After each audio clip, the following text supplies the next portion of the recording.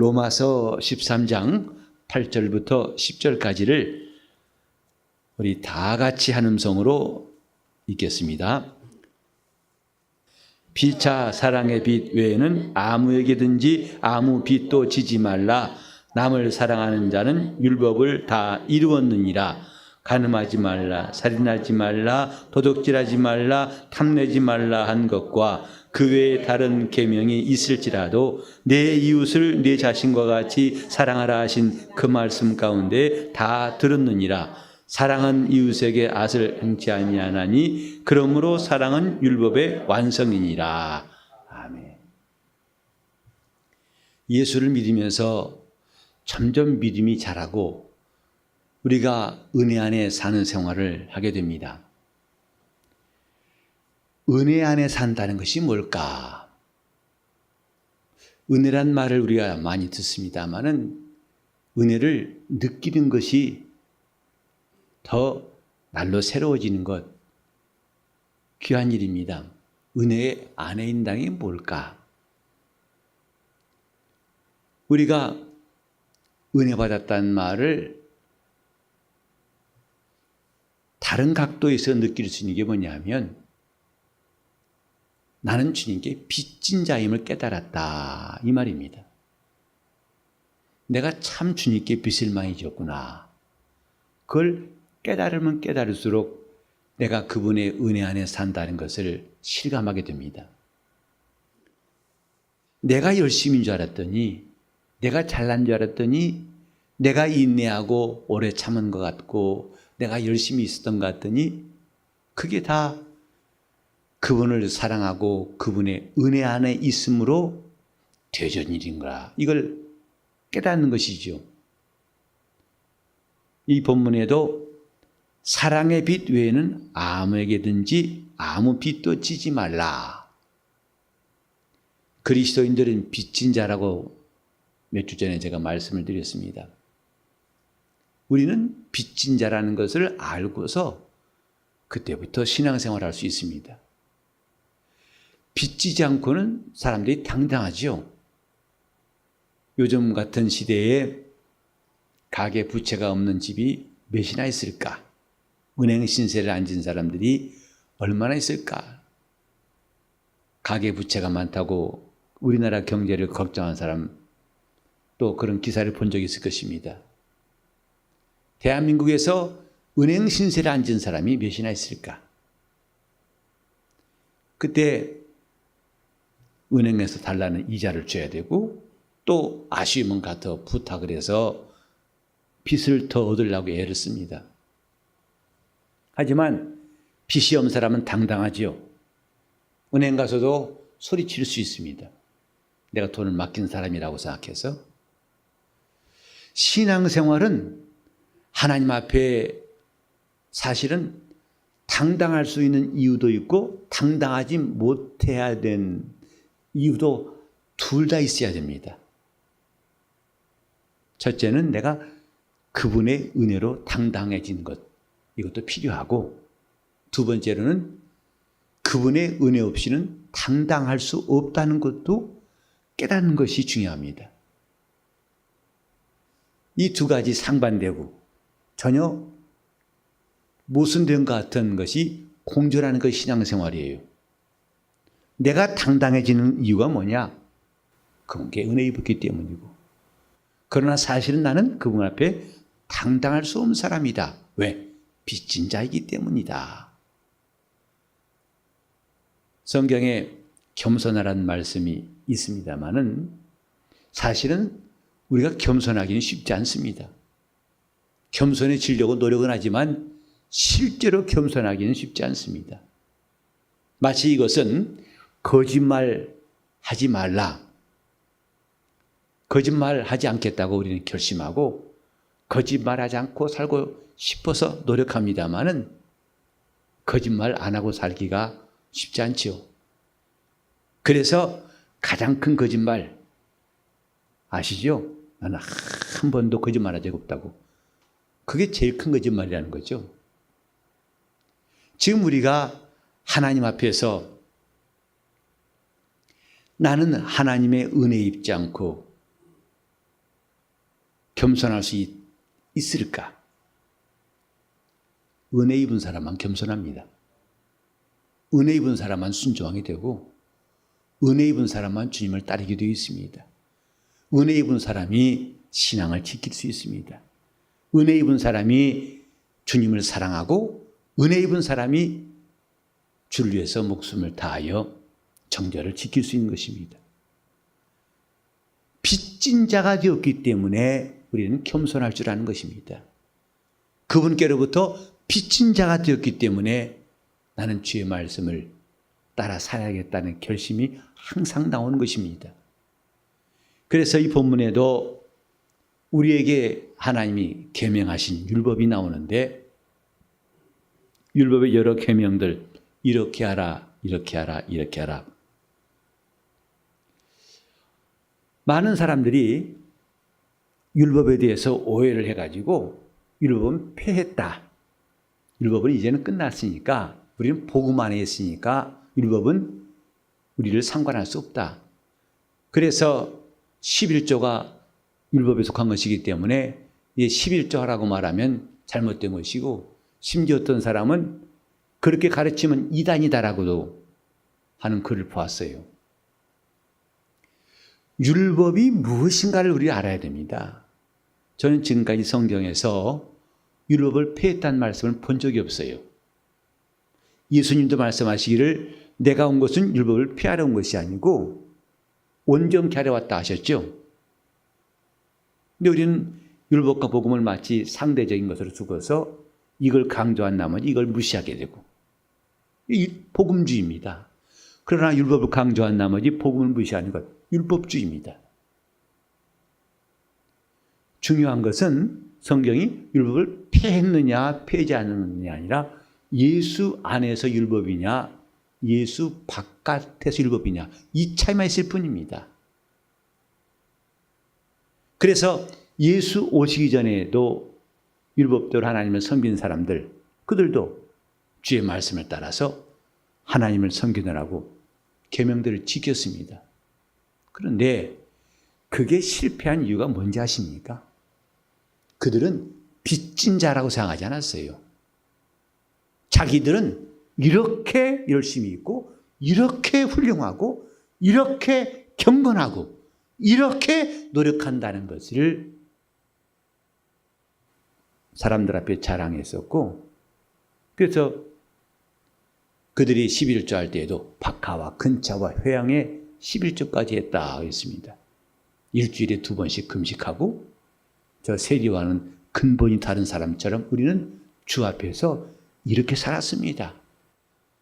사실 인간의 노력으로 본다면 대단한 일입니다.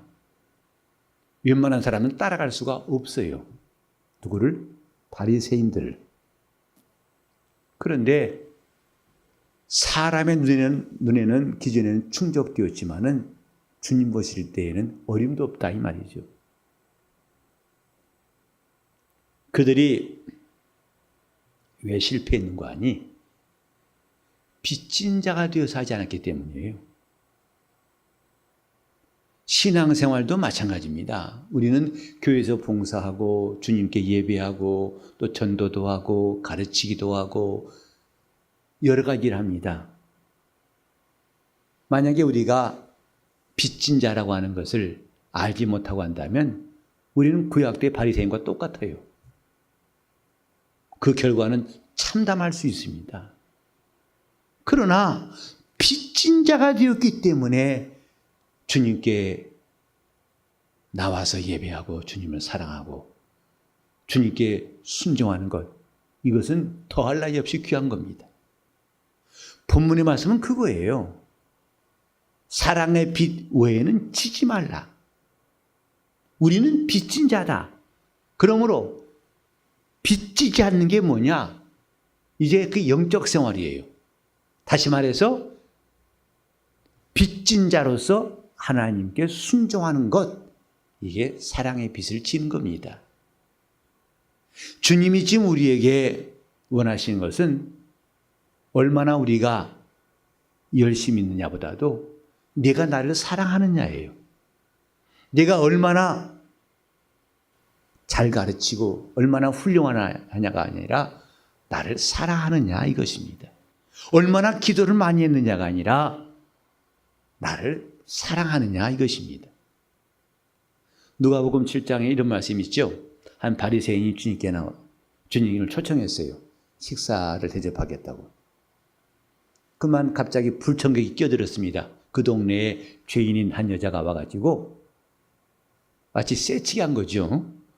그래서 주님 발 앞에서 눈물로 발등을 적시고 머리로 그 발을 닦고 주님 발을 닦고 값비싼 향유를 들어 부었어요. 이것이 불만스러웠을 때에 주님 말씀하셨죠. 시몬아, 내가 내게 할 말이 있다. 너는 내가 들어올 때에 발 씻을 물도 주지 않았으나 이 여자는 내게 눈물로 발등을 적시었고 너는 내게 감남유도 붓지 않았으나 이 여자는 내게 값비싼 향유를 부었느니라. 감남유하고 이 향유하고는 값을 비교할 수가 없습니다. 근데 그는 내게 쏟아 부었고 너는 나에게 입 맞추지 아니했으나 이 여자는 내 발등에 입 맞추기를 내 몸에 입 맞추기를 그치지 아니하였도다. 왜 그런 줄 아니? 이는 사랑한 것이 많기 때문이다. 왜 사랑이 많은 줄 아니? 사함받은 것이 많기 때문이다. 주님께서 우리에게 원하시는 것, 빚진 자가 되어서 그분을 만나기를 원하시는 거예요. 우리는 기도로 나올 때에도 내가 몸이 곤비하고 힘들어서 주님 이 모습 좀 보세요. 물론 중요합니다. 그것도 필요합니다. 근데 기도로 나온 이 순간이 나로 기도하게 만드는 이 모든 일들이 내가 주님께 빚진 자가 된 사실 때문에 나를 움직인다면 그건 참 귀한 겁니다. 그게 영적인 겁니다. 여러분 마음속으로 한번 시간 조용히 되뇌보세요. 나를 움직이는 힘이 뭔가? 내 마음을 움직이고 나를 오게 하고 가게 하고 말하게 하고 움직이게 하는 힘이 뭔가? 사랑하는 내 주님께 나는 빚진 자라는 심정. 그래서 그 빚진 자로서 사랑의 수고를 아끼지 않는 이것이 주님께서 바라시는 것입니다. 그래서 하나님은 제사보다도 하나님 앞에 하는 구하신 자 그분의 인내하심을 곧 그분의 불쌍히 여기시는 것을 구하는 것이 더 하나님의 관심을 끈다고 성경에 말씀했습니다. 재물보다도 토미하는 심령을 하나님은 멸시치 아니하시고 그를 영접하신다고 말씀했습니다.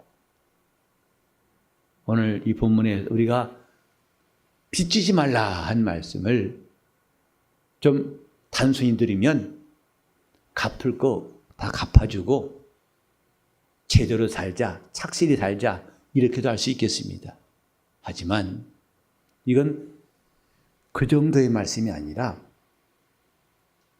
그분과 나 사이에서 가장 중요하고 기본적인 관계, 우리는 그분을 대할 때마다 주여 내가 빚진 자입니다. 나는 주님께 말로 다 할 수 없는 빚진 자입니다. 내가 이렇게 하나님 앞에 어리석고 못나고 수많은 죄를 짓고 고개를 들 수 없는, 감히 그분 앞에 설 수 없는 자신을 발견하면서 그런 나를 주님께서 용서하시고 나를 일으키신, 나에게 죄사함의 은혜를 베푸시고 나에게 그분의 사랑을 입게 하신, 그래서 그 사랑이 없다면 나는 오늘 이 시간 존재할 수가 없고 무너질 수밖에 없고 멸망할 수밖에 없는 내 영혼을 돌아보면서 내가 참 주님께 많은 빚을 진 것이 고마운 사람들, 이 사람들이 성도예요. 지금 내 마음을 주님께로 오게 만들고 봉사하게 만든 힘이 뭔가? 나는 은혜 입은 사람이다. 그래 나는 사랑의 수고를, 주님께 하는 수고를 아낄 수가 없고 사양할 수가 없고 마다할 수가 없다. 그래서 내가 한 수고에 대해서 누가 칭찬할지라도 그건 칭찬밖에 없다 하지 않고 내가 빚진 자로서 주 앞에 마땅히 해야 할 일을 했을 뿐입니다. 라는 고백이 우리 속에 나오게 되는 겁니다. 사랑의 빚 외에는 아무에게도 빚지지 말라. 그 율법의 여러 가지 계명들을 사실 빚진 자가 아니면 지키기가 무척 어렵습니다. 바리새인들은 말이죠. 난 살인하지 않았습니다. 그럴지라도 네가 하나님을 사랑하지 않았다면 살인하지 않은 것이 아무 소용이 없다. 난 이렇게 깨끗하게 살았습니다. 그러나 네가 그분 앞에 은혜 입은 사람이 아니라면 그건 아무 소용이 없다. 나와 관계가 없다 이 말씀이죠. 이것이 기독교가 다른 종교와 차이점입니다. 선을 행하라는 것은 어찌 본다면 다른 종교와 기독교가 외형상은 똑같아 보여요. 바리새인들 종교인들입니다. 그들이 하나님을 섬겼지만 종교인들이에요. 왠지 아십니까? 그들은 주님과 관계가 없어요. 다만 하나님 앞에서 자기 의를 세우려고 노력한 사람들일 뿐이죠. 물론 그것도 인간으로서는 매우 귀하고 대단한 일이지만은 그러나 그것이 영생 얻지는 못합니다. 주님과 사이의 관계를 든든하게 해줄 수는 없습니다. 오늘도 주님은 빚진 자들을 원하신 겁니다. 주님 앞에 사랑의 수고를 아끼지 않은 사람들을 찾으신 겁니다. 그런 사람들이 몸된 교회의 지체를 이루어서 주님 앞에 사랑의 수고를 언제나 힘쓰는 그런 교회들을 주님은 자기 교회라고 이름을 지으시고 그들을 기뻐하시고 붙드시는 겁니다. 피차 사랑의 빚 외에는 아무에게든 또 아무 빚도 지지 말라. 즉 우리가 신앙생활하면서 하나님께는 빚지지 말고 다른 사람에게는 빚져도 괜찮다 이렇게 오해하지 마세요. 이건 고르반이라 해서 하나님 앞에 다 했으면 마땅히 내가 이웃들에게 해야 할 것은 안 해도 괜찮다. 하나님께서 원찬하신 고르반입니다. 남미 같은 데 가면 느끼는 게 뭐냐면 거기서 워낙 캐톨릭의 영향을 받아서 그런지 모르겠습니다만은 구제하는 것에 대해서 강조해가지고 구제를 받으면서도 고맙다는 말을 별로 안 해요. 당연한 거예요. 왜? 너 이렇게 하면 하나님께 복 받을 거 아니야? 난 너를 복 받게 해준 사람이야. 받을 때도 당당히 구제받습니다. 내가 정말 고마워서가 아니라 이렇게 하라고 배웠으니까 나한테 해봐. 나는 그런 기회를 제공한 사람이니까 해봐라. 그래서 하나님 앞에 하는 일보다도 이제 사람들에게 하는 일들을 많이 강조하는 것도 있고 또 한 가지는 용서, 회개라고 할까요? 미안합니다는 말을 별로 잘 안 해요. 그래서 회개하라는 말을 가르칠 때 참 쉽지 않습니다. 제가 쿠바 가서 이 말을 하다가 한참 동안 해먹었어요. 회개라는 것에 대해서 진정으로 내가 무엇을 회개해야 되는지 잘 몰라요. 잘못했다는 말에 대한 좀 인색함이라고 할까? 이것 때문에 그래서 그때 그 나라 말로 죄라는 거하고 우리가 말하는 이 죄하고 그 차이를 설명하느라고 한참 동안 좀 고생했던 기억이 나는데 지금 우리는 뭔가 지금 내가 하는 일에 대해서 어느새 이건 당연한 거고 또 하나님께서도 이건 당연히 인정하시겠지 라고 생각하기 쉽습니다. 우리는 무슨 일을 했느냐가 그것도 중요하지만은 그 일을 어떻게 했느냐, 주님의 은혜로 그분이 나로 이렇게 하게 하셨기 때문에 내가 이렇게 한 것이 아니라 나로 이렇게 하게 하신 것 때문에 주님께 순종하는 것이 귀합니다. 은혜 입은 사람들이 주님께 빚진 사람들이고, 그래서 오늘 이 본문에 나온 것처럼 우리의 모든 하나님께 대한 순종이 빚진 자로서 순종이 될 때 이것이 빛나는 것입니다. 이것이 자기 영혼에 참 유익이 되는 것입니다. 잘하는 것보다 더 중요한 것은 빚진 자로서, 열심히 하는 것보다 더 중요한 것은 빚진 자가 되어서 주님 앞에 사랑에 수고하는 시간들, 이것이 자기 영혼을 위해서 신령한 건축하는 방법인 것입니다. 오늘 밤에 우리는 내가 하나님 앞에 빚진 자라는 것을 고백한 시간 됐으면 좋겠습니다.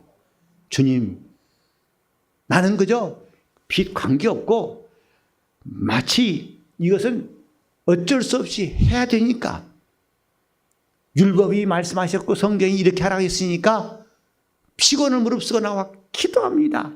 그저 이 기도하는 나를 좀 잘 봐주세요. 이것도 물론 의미가 있겠죠. 그러나 나를 기도하게 하시는 그분의 은혜가, 나를 이렇게 몰아내시는 하나님의 이 주신 빚진 자의 심정이 내 안에 충만하게 도와주시옵소서. 주님, 내가 일생 동안 그 어느 순간도 메마른 땅을 지날 때 내 심령은 빚진 자의 심정으로 우리 주님의 은혜를 가지고 사랑의 수고가 늘 있도록 하나님 앞에 간구하시는 이 밤 되시기를 바랍니다. 하나님은 빚진 자, 그분이 빚을 주셨건만 나는 빚 받은 거 없어요. 주님, 나에게 뭐 주신 거 있습니까? 한다면 주님이 얼마나 당황하시겠습니까? 그러나 주님, 나는 주님께 빚진 자인 것을 압니다. 내가 주님 앞에서 담대한 것도 당당한 것도 나로 주님께 계속 순종케 하는 이 힘이 빚진 자의 심정임을 고백하면서 오늘 우리 영혼에 신령한 하나님의 은혜가 임할 수 있도록 통성으로 기도하시겠습니다. 하나님 아버지, 우리가 주 예수 그리스도의 이름으로 은혜 받게 도와주시고 주님, 말로 다 할 수 없는 은혜를 입게 하셔서 빚진 자가 되게 하신 것을 감사합니다.